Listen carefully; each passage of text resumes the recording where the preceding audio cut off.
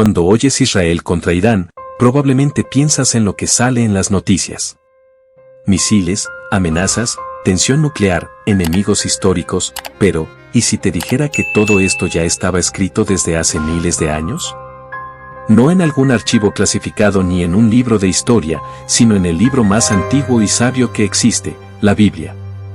Sí, este no es un conflicto que comenzó con presidentes modernos ni con armas. Este es un drama que nació en las entrañas de una promesa divina y una rivalidad familiar. Aquí hay sangre, hay profecías, hay redención y un final ya anunciado. Ponte cómodo. Porque lo que estás a punto de escuchar no es solo historia. Es una guerra espiritual. Una narrativa tan intensa y real que sentirás que estás dentro. Todo comienza con un hombre llamado Abraham. Sí, el patriarca, el amigo de Dios. El Señor le prometió que sería padre de naciones. Que su descendencia sería como las estrellas del cielo. Pero había un pequeño detalle: Sara, su esposa, era estéril y ambos estaban ya en edad de jubilarse. Entonces, en un intento de ayudar a Dios, Sara le dice a Abraham: toma a mi sierva Agar y ten un hijo con ella. Y así nació Ismael. Un niño fuerte, rebelde, valiente. Padre de muchos pueblos del desierto, antepasado de muchas naciones árabes, incluyendo las que hoy componen el Medio Oriente. Pero Dios no se olvidó de su promesa. Sara, contra toda lógica, queda embarazada y da a luz a Isaac. Y ahí empieza todo. Dos hermanos, dos destinos. Dos líneas que cruzarán los siglos. Génesis 16:12 dice: y él, Ismael, será hombre fiero, su mano será contra todos, y la mano de todos contra él. ¿Te suena familiar? Es como una fotografía profética de los conflictos que aún arden en Medio Oriente. Y es que los orígenes del conflicto no comenzaron hace décadas, sino hace milenios. Mucho antes de que la región fuera conocida como Irán, esa tierra era llamada Elam. En Génesis 10:22, leemos que los hijos de Sem fueron Elam, Asur, Arfaxad, Lud y Aram. Sí, Elam era hijo de Sem, el mismo Sem hijo de Noé. Esto significa que tanto los descendientes de Elam como los de Ismael comparten una raíz ancestral. En otras palabras, todos somos familia lejana en esta historia. Pero como en toda familia, los roces pueden convertirse en guerras y las diferencias en tragedias que perduran por generaciones. Elam fue una civilización poderosa, con ciudades fortificadas y cultura desarrollada. Más tarde, ese mismo territorio se conocería como Persia, cuna de imperios legendarios. Y aquí entra un personaje que podría ser sacado de una película épica: Ciro el Grande. Este rey persa, aunque pagano, fue escogido por Dios. En Isaías 45:1, Dios lo llama mi ungido. Imagínate. Un no judío, líder de un imperio enemigo, siendo llamado el ungido del Señor. Ciro derrotó a Babilonia y permitió que los judíos volvieran a Jerusalén y reconstruyeran su templo. Fue como si el mismísimo Irán de hoy, de pronto, decidiera financiar la reconstrucción del Muro de los Lamentos. Pero, como todo en la historia bíblica, las cosas dan vueltas. Lo que hoy es aliado, mañana es adversario. Irán pasó de ser instrumento de liberación a convertirse en una amenaza existencial para Israel. Y esto no comenzó ayer. Desde la Revolución Islámica de 1979, Irán ha declarado abiertamente su odio hacia el Estado judío. Su apoyo a grupos como Hezbollah y Hamas, su desarrollo nuclear, su lenguaje incendiario, todo apunta a una enemistad que trasciende lo político. Esto es espiritual. Y, más importante aún, es profético. En Ezequiel 38 aparece una lista de naciones que, en los postreros días, se unirán para invadir a Israel. ¿Y quién aparece ahí? Ezequiel 38:5 Persia, Cusifut con ellos, todos ellos con escudo y yelmo. Persia igual a Irán. Clarito. Está ahí, hace 2600 años. ¿Casualidad? Nada en la Biblia lo es. Ahí la Biblia nos presenta una de las guerras más impresionantes que jamás se hayan predicho, la guerra de Gog y Magog. Ezequiel 38 y 39 describen una coalición de naciones, incluyendo Persia, Irán, que subirán contra Israel como una gran nube para cubrir la tierra. Algunos estudiosos creen que Gog es un líder político, posiblemente de Rusia, y que vendrá desde el norte. ¿Y adivina quién será su compañero de guerra? Correcto, Persia.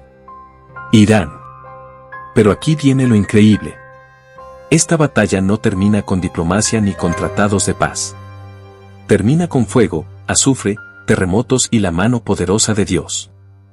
Ezequiel 38, 18, 22, habrá en aquel tiempo un gran temblor sobre la tierra de Israel, y haré juicio contra él con pestilencia y con sangre, y haré llover sobre él, sobre sus tropas, y sobre los muchos pueblos que están con él, impetuosa lluvia, y piedras de granizo, fuego y azufre. Dios mismo destruirá a los enemigos de Israel, sin necesidad de un ejército humano. Porque Él es el capitán de los ejércitos celestiales. Otro profeta nos da más detalles, Jeremías. En el capítulo 49, Dios anuncia juicio contra Elam, Irán. Jeremías 49:35 He aquí que yo quebraré el arco de Elam, parte principal de su fortaleza. Dios dispersará a los elamitas, traerá calamidad sobre ellos y destruirá a sus líderes. Pero lo más impactante es el final. Jeremías 49:39 Pero acontecerá en los postreros días, que haré volver a los cautivos de Elam, dice Jehová. O sea que sí, viene juicio. Pero también viene restauración. Porque Dios es justo, pero también es misericordioso. ¿Y cómo encaja todo esto con las noticias actuales? Muy simple. Irán sigue siendo el enemigo número uno de Israel en el Medio Oriente. Sigue financiando el terrorismo.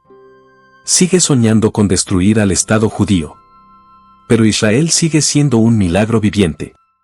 Una nación pequeña, rodeada de enemigos, pero prosperando. ¿Por qué?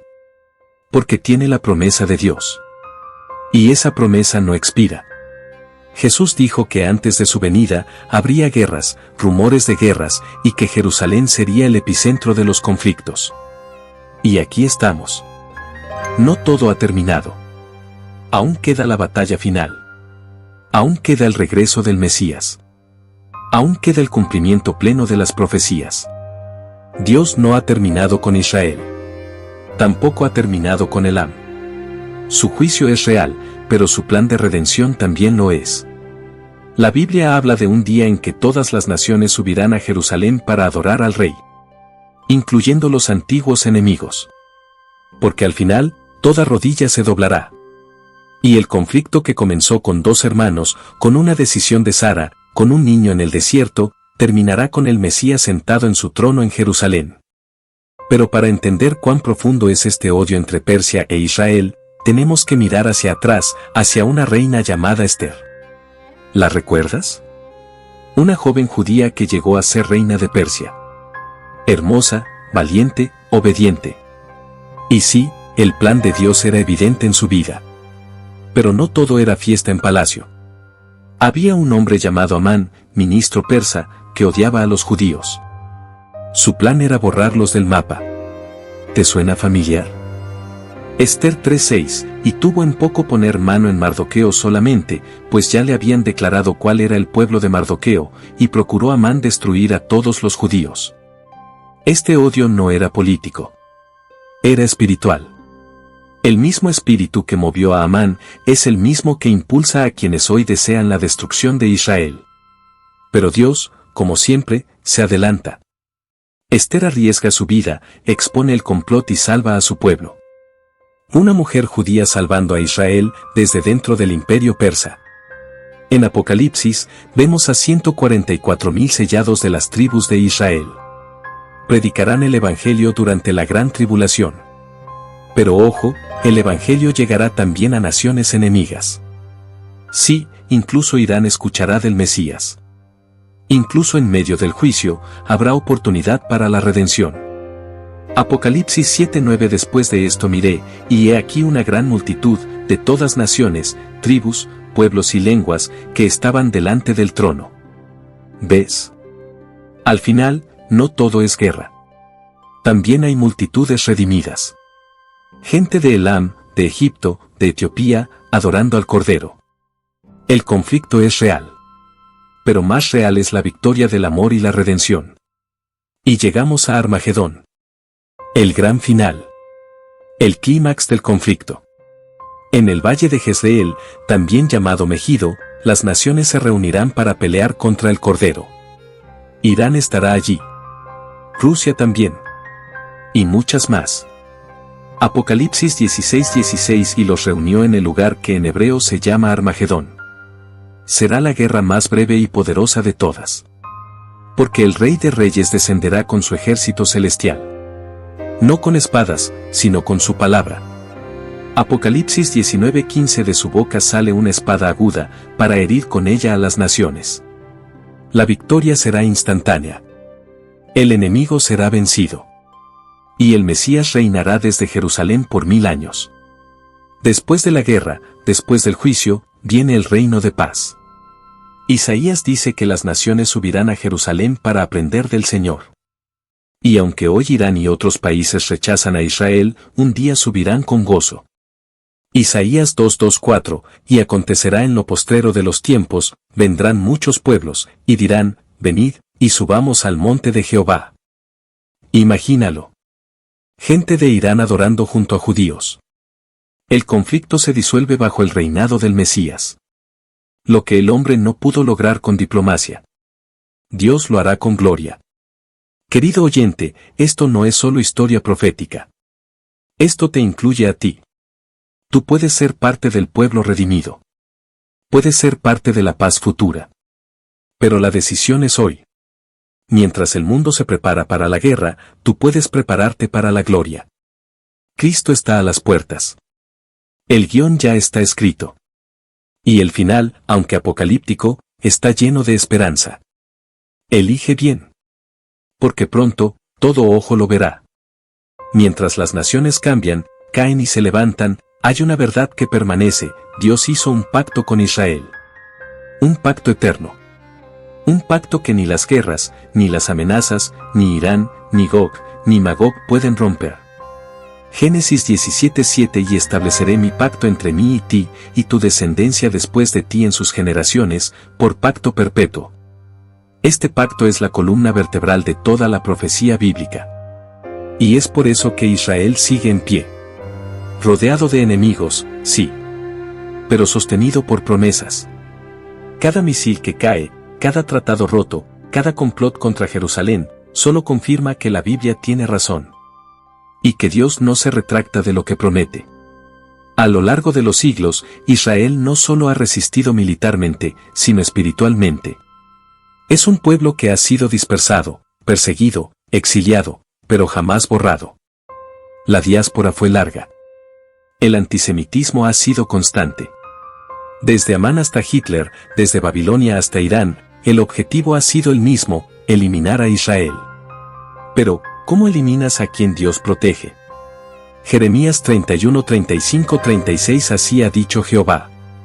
Si faltaren estas ordenanzas delante de mí, también la descendencia de Israel dejará de ser nación. Mientras el sol salga y la luna brille, Israel vivirá. Porque detrás de su existencia no hay política. Hay profecía. La misión de la iglesia en medio del conflicto. ¿Y la iglesia? ¿Qué papel juega en todo esto? Mientras el conflicto entre Israel e Irán se intensifica, la iglesia tiene una tarea clara: ser luz en medio de las tinieblas. Orar por la paz de Jerusalén. Predicar el evangelio, incluso a los enemigos.